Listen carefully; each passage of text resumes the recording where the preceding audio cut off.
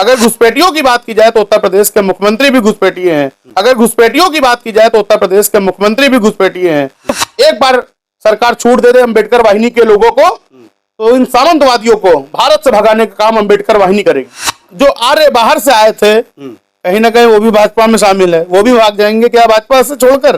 कई करोड़ों की संपत्तियां जो रहती थी, वो लोग मेयर महोदय के पास जाते हैं अपनी शिकायत लेकर कि हमारे यहाँ अवैध कब्जा है, तो मेयर महोदया जो है बांग्लादेशी का रूप देकर उनको भगाने का कार्य कर रही हैं। कि महंगाई मात्र 50 पैसे पेट्रोल का बढ़ा हुआ था। स्वर्गीय अटल बिहारी वाजपेयी जी बैलगाड़ी से संसद तक पहुंचने का काम करते थे, और अगर 30 रुपए बढ़ जाता था सिलेंडर पे तो स्मृति ईरानी सिलेंडर लेकर सड़कों पर बैठ जाती थी। लखनऊ में एक बड़ी घटना होती है जहां एक दलित समाज के व्यक्ति को मंदिर परिषद के अंदर उम्र होने के कारण पेशाब हो जाता है, तो उसको चटवाया जाता है। अगर आप इतने बड़े बाबा साहब के हितैषी हैं तो ग्वालियर के अनिल मिश्रा को क्यों नहीं सलाखों के पीछे बेच रहे हैं?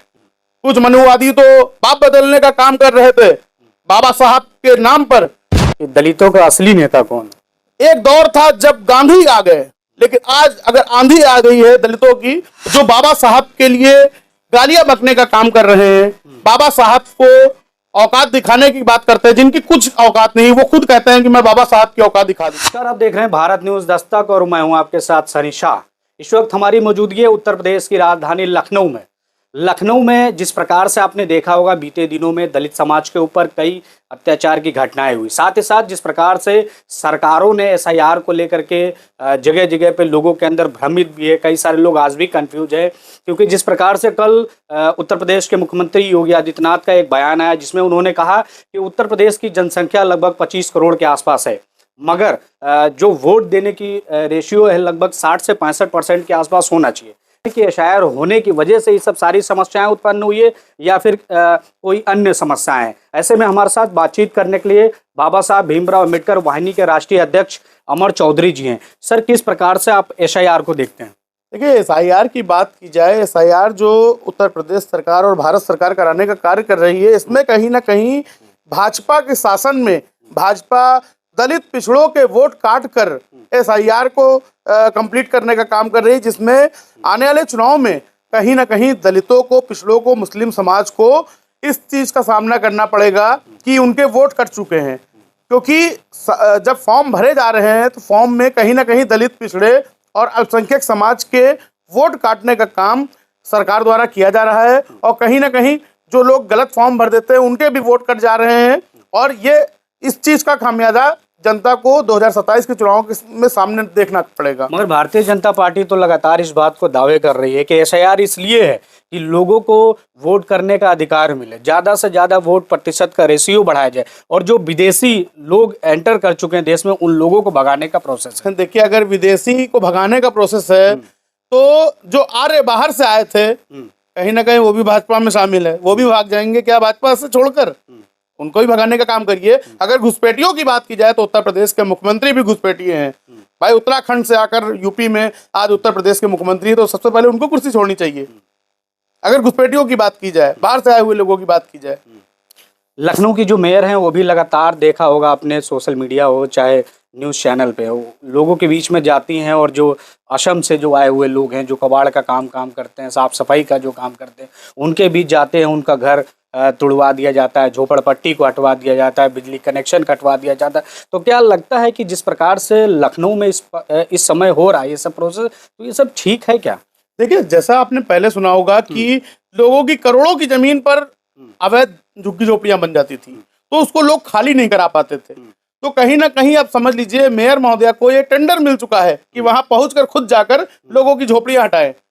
कहीं ना कहीं देखा जा रहा है कि कई करोड़ों की संपत्तियां जो रहती थी, वो लोग मेयर महोदया के पास जाते हैं अपनी शिकायत लेकर कि हमारे यहाँ अवैध कब्जा है, तो मेयर महोदया जो है बांग्लादेशी का रूप देकर उनको भगाने का कार्य कर रही हैं। ठीक है, अगर वो बांग्लादेशी आप उनको भगाइए, लेकिन अगर आधार बना हुआ है आपके भारत का और यहाँ का निवासी वो दिखा रहा है, तो कहीं ना कहीं जिसने आधार बनाया है पहले आप उसको पकड़िए, उस पर भी कार्रवाई करिए। 419, 420 के तहत जो भी धाराएं बनती हैं उन धाराओं में आप उस अधिकारी पर कार्रवाई करिए। और अगर वो घुसपैठिए हैं और बांग्लादेशी हैं, उन्होंने वोट का अधिकार उनको मिला, उन्होंने वोट दिया भारत में रहकर, खासकर लखनऊ में रहकर, तो कहीं ना कहीं सरकार भी फर्जी बन गई है उनके वोट से। तो सरकार तो लगातार ये बात कह रही है कि पश्चिम बंगाल का जो एरिया है वहाँ पे एसआईआर वहाँ की सरकार नहीं कराने दे रही। वहाँ का जो बॉर्डर एरिया है उसको पूर्ण रूप से जो केंद्र सरकार अपने अंडर में रखना चाहती वो नहीं रखने दी। तो कहीं ना कहीं इसके पीछे जो विपक्ष का ही राजनीतिकरण है। देखिए, जहां पर भाजपा की नहीं चल पा रही है तो कहीं ना कहीं वो विपक्षियों का और जो विपक्ष में मौजूद बड़े दल के नेता हैं उन पर आरोप प्रत्यारोप लगाने का काम शुरू से भाजपा सरकार कर रही है। और जब आपने सुना होगा कि महंगाई मात्र 50 पैसे पेट्रोल का बढ़ा हुआ था, तो स्वर्गीय अटल बिहारी वाजपेयी जी बैलगाड़ी से संसद तक पहुंचने का काम करते थे, और अगर 30 रुपए बढ़ जाता था सिलेंडर पे तो स्मृति ईरानी सिलेंडर लेकर सड़कों पर बैठ जाती थी। आज कहाँ है भाजपा के वो नेता? प्रधानमंत्री जी जिस समय मुख्यमंत्री थे उस समय मंचों से आगाज करते थे कि मैं प्रधानमंत्री जी से पूछना चाहता हूं कि इतनी महंगाई क्यों है। तो मैं आज अंबेडकर वाहिनी का राष्ट्रीय अध्यक्ष होने के नाते माननीय और प्रधानमंत्री नरेंद्र मोदी जी से पूछना चाहता हूं, इस देश में शिक्षा क्यों नहीं है? इस देश में वो सरकारी स्कूल क्यों विलय कर दिए गए हैं जिनमें गरीबों, दलितों, पिछड़ों, मुस्लिमों के बच्चे पढ़ते थे? मैं पूछना चाहता हूं कि आज जो सरकार लाइन लगाकर राशन बंटवा रही थी वो कहाँ गया? क्योंकि सरकार का सिर्फ और सिर्फ चुनावी मुद्दा था कि जनता को किस तरह अपने पक्ष में किया जाए और विपक्ष का सुपाड़ा साफ किया जाए। दलित समाज की राजनीति करते हैं, मगर इस वक्त पूरे उत्तर प्रदेश से क्या पूरे आप देश में आप एक बार नज़र डालेंगे तो इस वक्त दलित समाज का लोग बटा हुआ नजर आता है। सब लोग अपनी अपनी राजनीति करते हैं। चंद्रशेखर आज़ाद अलग करते हैं, अखिलेश यादव जी वो कहते हैं कि मैं पीडीए हूँ, मैं ही दलितों का नेता हूँ। भाजपा अलग करती है। आपने देखा होगा कि जिस दिन अम्बेडकर साहब की जयंती थी पूरे लखनऊ को पोस्टर और बैनरों से पाट दिया जाता है। उसके कुछ ही दिन बाद लखनऊ में एक बड़ी घटना होती है जहां एक दलित समाज के व्यक्ति को मंदिर परिषद के अंदर उम्र होने के कारण पेशाब हो जाता है तो उसको चटवाया जाता है। जी जी, बिल्कुल सही आपने कहा। देखिए, भाजपा के शासन में अब बाबा साहब पर राजनीति हो रही है। अगर आप इतने बड़े बाबा साहब के हितैषी हैं तो ग्वालियर के अनिल मिश्रा को क्यों नहीं सलाखों के पीछे भेज रहे हैं? क्यों नहीं उसको आप कड़ी से कड़ी सजा देने का काम कर रहे हैं? आप कहते हैं कि मुगलों ने देश को लूटा। मैं मानता हूं, ठीक है, मुगलों ने देश अगर लूट लिया तो बाबा साहब जो विश्व की धरोहर हैं, बाबा साहब जिन्होंने भारत का संविधान दिया, कुछ मनुवादी तो बाप बदलने का काम कर रहे थे, बाबा साहब के नाम पर वो BN राव को दर्शाना चाहते थे। लेकिन जब अभी आपने देखा होगा संविधान दिवस के मौके पर माननीय मुख्यमंत्री योगी आदित्यनाथ जी ने मंच से ऐलान किया कि जहां भी बाबा साहब की मूर्तियां लगी हैं उसका रखरखाव किया जाएगा। अगर बाबा साहब संविधान निर्माता ना होते तो इतने बड़े प्रदेश के मुख्यमंत्री ये ना कहते कि बाबा साहब ही संविधान के रचयिता हैं, क्योंकि कहीं ना कहीं सामंतवादी नफरत फैलाने का काम देश में कर रहे हैं। और ये तो बताइए कि दलितों का असली नेता कौन? देखिए, दलितों के असली नेता की बात की जाए तो एक दौर था जब मान्यवर काशीराम साहब ने एक अलग जगह दी थी, एक मिशन मूवमेंट चला दिया था, बाबा साहब के हर मुद्दे को घर घर तक, जन जन तक पहुंचाया था। उन्हीं के रहमो करम पर और उन्हीं के पद चिन्हों पर चलकर बहन जी ने एक बड़ी कुर्सी पर विराजमान हुई और दलितों, पिछड़ों, अल्पसंख्यकों के हितों के लिए कार्य किया। और उत्तर प्रदेश में सर्वांगीण विकास की अगर बात की जाए तो आज लखनऊ जो चमक रहा है उन्हीं की देन है, नोएडा जो चमक रहा है उन्हीं की देन है। और इसके बाद अगर कोई चेहरा आता है तो आज के दौर में अगर किसी ने, एक दौर था जब गांधी आ गए, लेकिन आज अगर आंधी आ गई है दलितों की तो कहीं ना कहीं देखा जाए बड़े भाई श्री चंद्रशेखर आजाद जी का है, जिन्होंने भीम आर्मी के दम पर अपने दलित समाज के युवाओं को एकजुट करने का काम किया। भले ही हम लोग प्लेटफॉर्म अलग अलग हैं लेकिन मिशन मूवमेंट्स एक है। जो मिशन मूवमेंट्स भीम आर्मी का है वही मिशन मूवमेंट्स अंबेडकर वाहिनी का है।